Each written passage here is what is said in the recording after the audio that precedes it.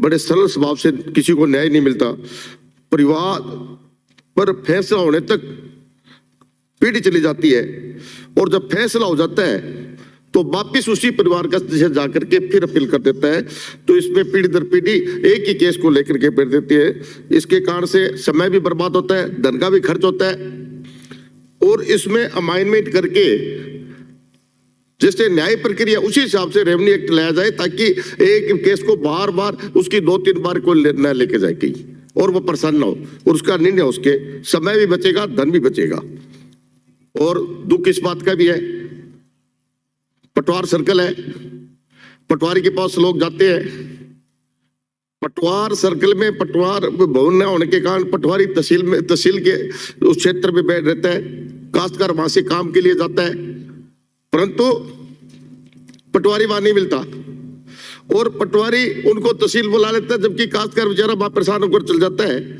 तो मेरा आपसे निवेदन है कि पटवारियों को पाबंद किया जाए और प्रत्येक पटवार सर्कल पर पटवार घर बना करके वहां उनका समय निश्चित किया जाए ताकि किसी को जमाबंदी लेनी है, इंतकाल दर्ज कराने हैं और हर काम का समय ध्यान किया जाए। मंत्री महोदय, सभापति महोदय, मैं आपके पास माध्यम से मंत्री महोदय से कहूंगा कि वर्षों से राजस्व प्रकरण पकाया पड़े हैं। मेरी विधानसभा क्षेत्र के पीलीभीत और राउत तहसील में बडोपल, बरानी, माणकथेड़ी, धनासर, खेदासरी, हरदासवाली, खोडा, बरानी व नेरी पटवार हल्का के काफी किसानों को जो खाद्य अधिकार से वंचित है उन किसानों को खाद्य अधिकार दिया जाए, परंतु वर्षों से किसान को जो जोत रहे हैं जमीन उसका हक मिल सके। वर्षों से लंबित समाल पेचिस व मिड पेज के लंबित प्रकरण पड़े हैं, कमेटी बना करके उनका अलॉटमेंट का निस्तारण किया जाए। टीसी अस्थायी अलॉटमेंट 1900 पूर्व के बकाया प्रकरण, मालिक पुत्र के बकाया प्रकरण का निस्तारण किया जाए जो काफी दिनों से पेंडिंग पड़े हैं। मंत्री महोदय, पहली बार मैंने यह देखा है कि हर बार हर सरकार एसडीएमओ को पावर देती है, कलेक्टरों को पावर देती है और कमेटी बनवाती है, पर अब की बार एक भी कमेटी का गठन नहीं हुआ और एक भी भूमि अलॉटमेंट का नहीं हुआ। कारण क्या है कि अधिकारी से रुचि नहीं लेते हैं और काफी अधिकारी फाइल को इधर उधर घुमाते रहते हैं, जबकि वो काश्तकार वर्षों से उस जमीन पर बैठे हैं तो उसका अधिकार उसको मिलना चाहिए। वर्षों से लंबित जिन किसानों को भूमि का पुख्ता आवंटन तो हो चुका है, लेकिन किसी कारणवश उनकी भूमि को विशेष आवंटन सूची में डाल दिया गया है। ऐसे किसानों की भूमि को विशेष आवंटन की सूची से बाहर निकाल करके खाद्य अधिकार दिया जाए। जिन्हें भूमि वर्षों से अलॉट थी, आंशिक रूप से भी उन्हें जमा करा दी, आंशिक राशि भी उन्हें जमा करा दी। लगातार काश्त कर रहे हैं, भूमि काश्तकारों के कब्जे में है, परंतु पटवारियों ने राज रकबा मानते हुए उक्त भूमि को विशेष आवंटन सूची में डाल दिया है। इस भूमि को डिनोटिफाइड करके इसको बाहर निकाला जाए और काश्तकार को अधिकार दिया जाए। इसके अंदर मंत्री जी महोदय, मैं आपसे निवेदन करना चाहता हूँ, ये कॉलोनाइजेशन का मामला है। पीछे मैंने विधानसभा में प्रश्न भी लगाया था, पर मंत्री महोदय को अधिकारियों ने इतना गुमराह कर दिया कि ये जो जमीन है जिसकी आंशिक राशि भरी हुई है उसके पास अस्थायी पट्टा है और वर्षों से वो जमीन जोत रहा है। और मंत्री महोदय ने सदन में ये कहा कि ये तो कब्जा है।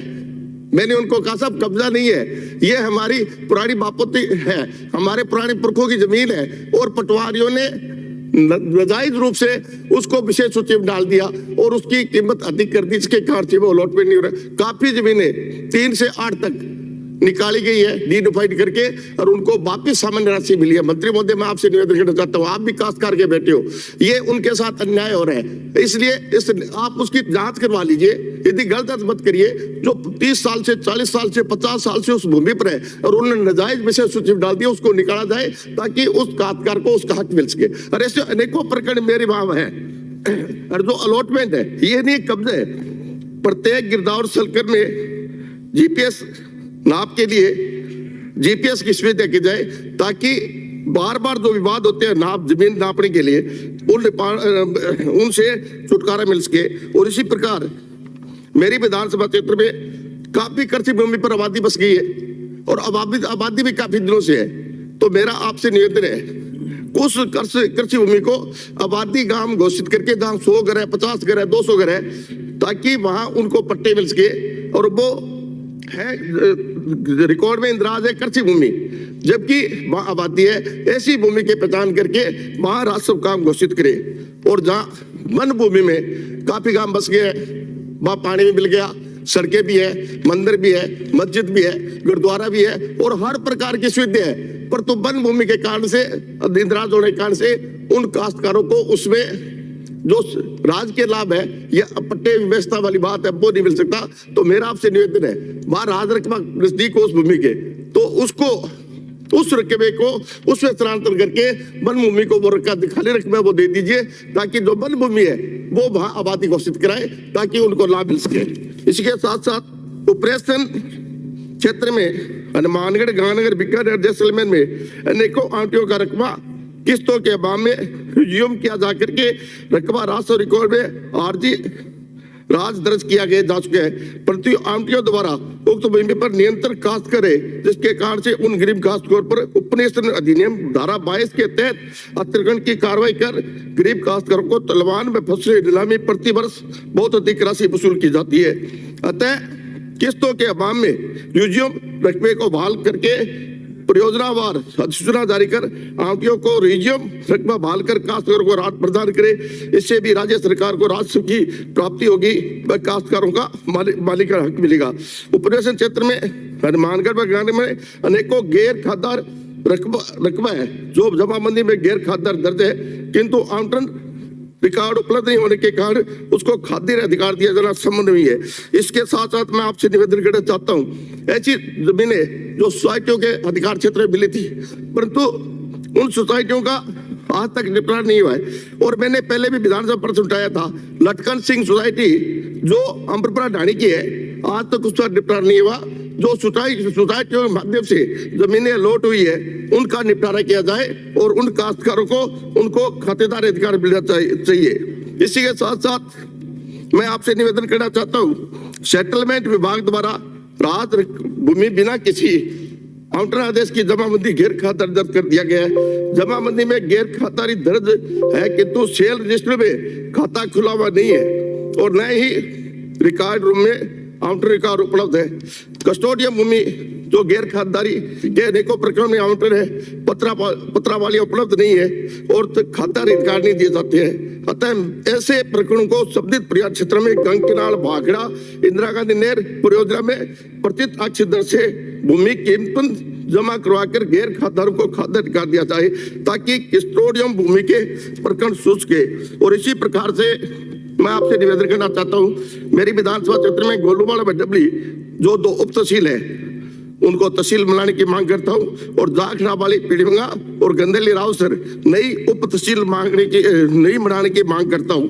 और इसी प्रकार से मैं सामाजिक न्याय पर बोलता हुआ आपसे निवेदन करना चाहता हूं, जो आज छात्रावास की स्थिति है वो दयनीय है, टूटे हुए हैं, फूटे हुए हैं। न उनमें छात्रावासों के लिए भोजन की बढ़िया व्यवस्था है, न लाइट की व्यवस्था है, न पिलिंग की व्यवस्था है, न साबुन, तेल, ड्रेस, स्टॉल, बेडशीट, चादर, दूध, बस सब्जियां वाली कोई अच्छी व्यवस्था नहीं है। आप 2500 रुपए पर मंथ बच्चे के आधार पर देते हो और इतनी व्यवस्था, उसमें उसके फिटिंग का मामला भी है।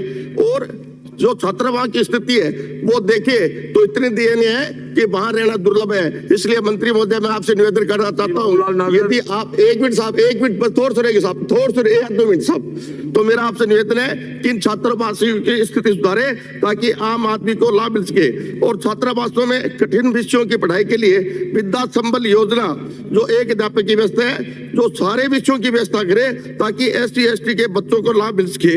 प्रत्येक छात्रावासों में बच्चों के सर्दी के लिए, नहाने के लिए व्यवस्था नहीं है। मंत्री महोदय मैं आपसे निवेदन करना चाहता हूं कि नहाने की गर्म पानी के लिए व्यवस्था करें। 2 वर्ष पूर्व राजसर के छात्रावास के लिए 60 लाख रुपए छात्रावास भवन विस्तार तो स्वीकृत हुए थे, परंतु आज तक नहीं मिले।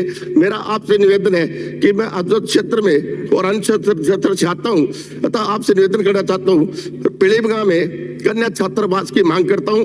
गोलूवाड़ा, बड्डबली, लिक्विसर, जागड़वाली, गंदेली में नवीन छात्रावास खोलने की मांग करता हूँ। आपने समय दिया इसके लिए बहुत बहुत धन्यवाद। जय भारत। जय हिंद। सभापति